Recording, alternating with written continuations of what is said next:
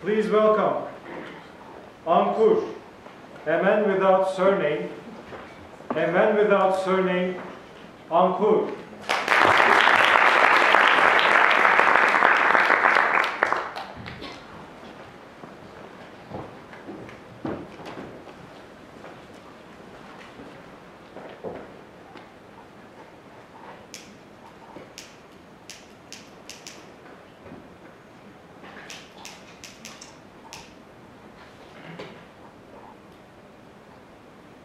My grandfather always used to say, there are two kinds of people in this world. People who look at the candle and appreciate it for the light it creates. And then there are people who look at the candle and criticize it for the heat it generates. Sometimes goes off as well. Which type do you belong to? Dear Mr. Contest Chair and my fellow candles, March 10th, 1991, I was born. And that very day, my grandfather decided that I will grow up without a surname.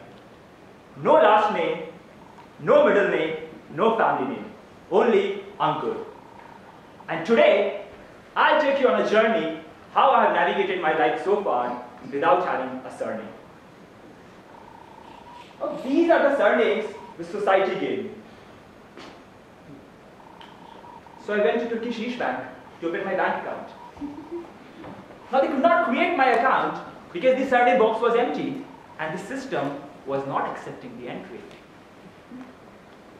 After trying very hard, they finally managed to register me. And when I received my card, I realized that they have registered me as Ankur Yok. Ankur Yok.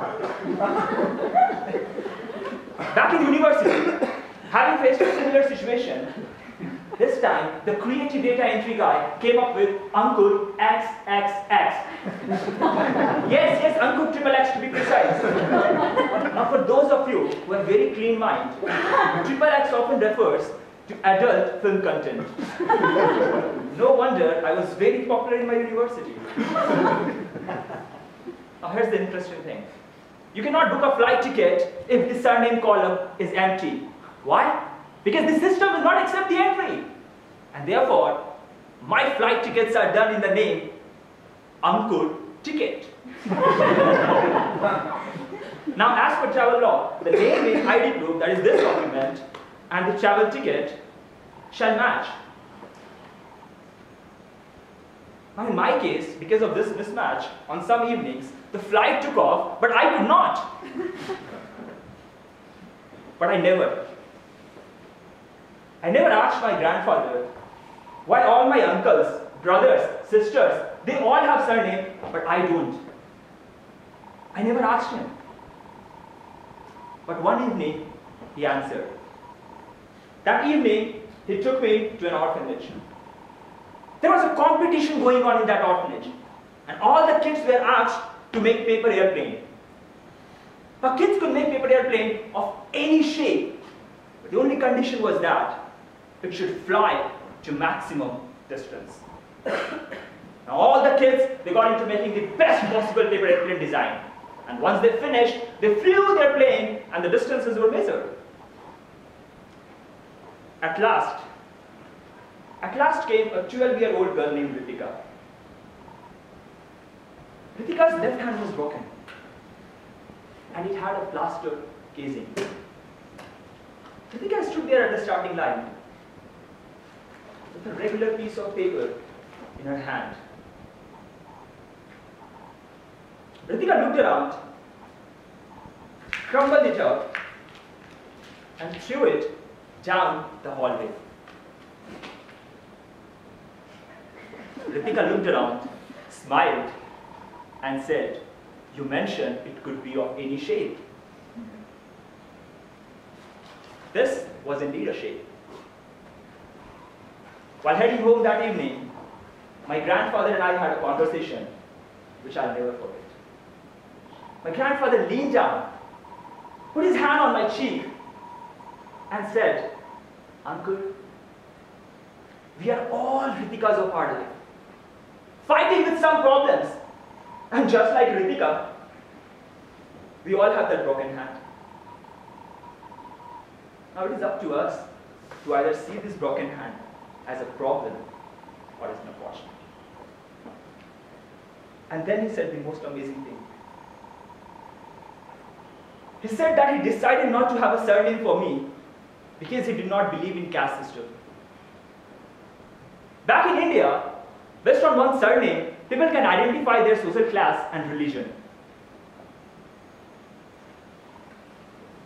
This was my last conversation with my grandfather. 3 days later, my grandfather died. Fellow Toastmasters, I learned from my grandfather that problems should be taken with positive perspective.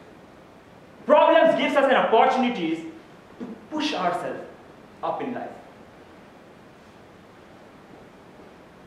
And today when I look back to my 27 years of life, I realize that my surname problem has helped me in becoming a more positive person. Because back in India, just by seeing my name, people cannot say whether I belong to this religion, that religion, or no religion. People cannot say whether I belong to this social class, that social class, or no social class. Toastmasters, leaders, and the communicators,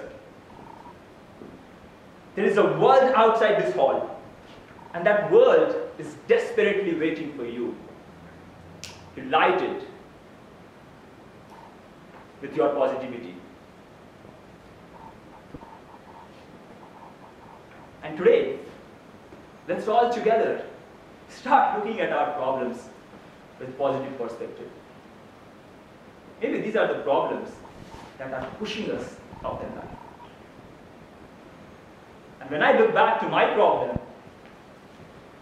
the day I'll find love of my life, I'll get down on my knees and ask her, will you give me your surname?